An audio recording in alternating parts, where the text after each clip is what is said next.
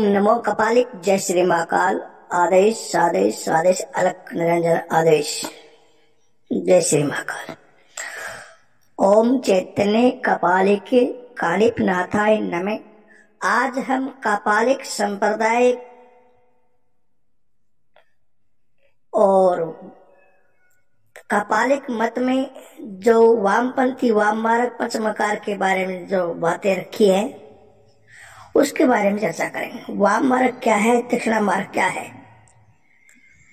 वामपंथी दक्षिणापंथी क्या है और इन देवताओं की पूजा कैसे होती है, कैसे पंचमकार कोई भौतिक बताता है, कोई यौगिक बताता है, कोई अंदर से बताता है, वो बाहर से बताता है, कोई योग से है, कोई भोग से है। तो आज हम पंचमकार के बारे में चर्चा करेंगे। आइए वीडियो शुरू करते हैं। जो पहली बार वीडियो देख रहे हैं तो आप चैनल को सब्सक्राइब कर लें और लाइक शेयर कर दें आगे, ठीक है। जय श्री महाकाल। ये जो पहले तुम्हारा को परिचय दे देता हूं, कपालिका धुनी। ये कपालिका धुनी नाथपंथी कपालिका धुनी है, कालीनाथ के द्वारा स्थापित की गई, ठीक है। ओम नमो धुनी माता। वामपंथी वाम मार्ग पंचमकार के बारे में, वाम मार्ग की साधना में तामसी प्रकृति के देवी देवताओं का पूजन तामसी रीति से तामसी उपासना सामग्री के साथ किया जाता है। अघोर मार्ग में शमशान साधना, शैव साधना आदि क्रियाएं इसी मार्ग की क्रियाएं हैं। इसी क्रम में रक्त, पशु बलि, मदिरा का कुल कर प्रयोग होता है। भौतिक रूप से पंचमकारों का इसमें प्रयोग होता है। तांत्रिक कर्म और वैदिक कर्म दोनों ही एक दूसरे से अभिन्न है, क्योंकि हरि हर द्वारा प्रकट है। जिस प्रकार हरि और हर में कोई भेद नहीं है, उसी प्रकार वेद और तंत्र अर्थात आगम निगम में भी कोई भेद नहीं है। कुछ साधकों को शंका उत्पन्न हो गई कि उनकी धारणा है कि तंत्र में वाम मार्ग है और वाम मार्ग में पंचमकार तथा भैरवी चक्र की प्रधानता है। शिव चक्र, विष्णु चक्र, श्री चक्र, आधा चक्र, भैरवी चक्र, महाचक्र, इनमें से कपालिक भैरवी चक्र को चुनता है। पंचमकार जो साधक सात्विक क्रियाएं करते हैं और पंचमकार से करना चाहते हैं, जो मछली मदिरा पान नहीं करते, तो वह इस कर्म को कैसे पूर्ण करेंगे पंचमकार को, आइए जानते हैं। पहला मद यानी मदिरा, सोमपान, सुरापान। कुलाणु तंत्र में नारियल पानी और दूध दोनों का वर्णन आया है, जबकि योगिनी तंत्र में ब्राह्मण में क्षत्रिय वैश्य के लिए अलग अलग विधान है। ब्राह्मण के लिए गुड़ और अदरक का रस मिलाकर पीना मध्य मदिरा है कहा गया है। क्षत्रिय के लिए कांसे के पात्र में नारियल का पानी का प्रयोग करना मदिरा पान है, जबकि वैश्य के लिए कांसे के पात्र में शहद को पीना मदिरा पान है। और यहाँ शूद्र के बारे में बाद में फिर कभी बताऊंगा आपको। लेकिन योगियों के लिए इसका सर्वथा अलग अर्थ है। उनके लिए शिव शक्ति के मिलन से जो अमृत तत्व उत्पन्न होता है वही मदिरा है। ब्रह्मांतर सहस्त्र से जो रस सर्वित होता है वही पीने योग्य सुरापान है, वही मदिरापान है। यही सुरापान है। यही सुरापान मदिरापान सभी अशुभ कर्मों को नष्ट करके योगी को मोक्ष प्रदान करता है। तामसी साधक जैसे कपालिक के लिए तो जो भौतिक रूप से मदिरा है वही मदिरा होती है, जो रियल मदिरा जो पीते हैं वही मदिरा मानी जाती है।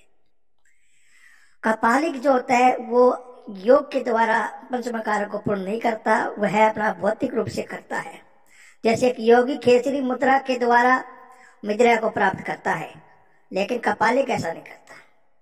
कपालिकों का जो खान पान तामसी है और भौतिक है, भौगिक है। ये आगे मैं आपको बताता हूँ। फिर अगली क्रिया आती है मदिरा पान के बाद मैथुन क्रिया मुद्रा, मांस मछली मैथुन मुद्रा। ठीक है। मांस, काम आदि 6 पशुओं को विवेक रूपी खड़ग से नष्ट करना ही मांस साधन है जो योगी जन प्रयोग करते हैं। जीवा को आहार प्रिय है, उनका परित्याग करना पाप पुण्य रूपी पशु को ज्ञान की खड़ग से मारकर जो मन को मारकर ब्रह्म लीन हो जाता है वही मांसाहारी है। योगनी तंत्र के अनुसार लवण, अदरक, लहसुन, तिल और गेहूं बालों को मांस कहा गया है। कुलनाव तंत्र के अनुसार उपयुक्त पदार्थ मांस पूजा का विधान है। उपरोक्त पदार्थ इष्ट को प्रदान करना यही मांस का प्रतीकात्मक अर्थ है। लेकिन कपालिक उसके विपरीत है। कपालिक मांस भक्षण करते हैं लेकिन किसी जीव की हिंसा नहीं करते, बलि को छोड़कर। वो किसी जीव को मारकर मांस नहीं खाते। जो जीव अपना आप मर गया हो या फिर उसको किसी ने हिंसात्मक पशु ने या किसी मनुष्य ने मार दिया हो, ऐसे मृत शरीर का मांस खाता है। या तो अपना आप मर गया या किसी ने उसको मार दिया, ऐसे मृत शरीर का मांस खाता है कपालिक, लेकिन किसी को हत्या नहीं करता। प्राचीन समय में कपालिक नर भक्षी होते थे, जिसको नर मांस खाते थे वो। आज के समय में ऐसा नहीं है। मछली, अनेक तांत्रिक ग्रंथों में मत्स्य बलि का विधान बताया गया है। यहाँ मत्स्य लाल मूली और बैंगन से है। अहंकार, दम, मद, पिशुनता, द्वेष, ये 6 मछली है। उन्हें विषय वैराग्य रूपी जल में पकड़कर सद विद्या रूपी अग्नि में पकाकर नियम प्रयोग करना ही मत्स्य भक्षण है। योगियों के अनुसार गंगा यमुना के भीतर जो मत्स्य वितरण करते हैं, जो इन दोनों का भक्षण करता है उसी को मत्स्य साधक कहते हैं। यहाँ गंगा जमुना का तात्पर्य 2 नाड़ियों से, इंगला और पिंगला से, जबकि सांस और प्रश्वास को रोककर कुंभक करते हैं वे मत्स्य साधक हैं। लेकिन कपालिक उसके विपरीत जाता है, क्योंकि कपालिक कर्म हमेशा निंदनीय कर्म करता है। सभी नियमों के विपरीत जाकर के प्रत्यक्ष रूप से इष्ट की मत्स्य से पूजा करना और स्वभी मछली का भक्षण करना, ये कपालिक का लक्षण है। फिर आता है मुद्रा। योगिनी तंत्र के अनुसार भुने हुए जो अन्न है, पदार्थ है, योगियों के अनुसार आशा तृष्णा महामुद्रा है जो ब्रह्म की अग्नि में परिपाचित होती है। बाहरी 108 प्रकार की मुद्रा होती है। उपासना के सभी अंगों के लिए मुद्राओं का विधान है। अपने इष्ट से बात करने के लिए बिना मुंह से कुछ भी कहे बिना यही एक साधन है। इन्हीं के द्वारा सूक्ष्म शरीर सतुल में साकार होता है। जबकि कपालिक के मुताबिक लज्जा और घृणा का परित्याग करना ही महामुद्रा है।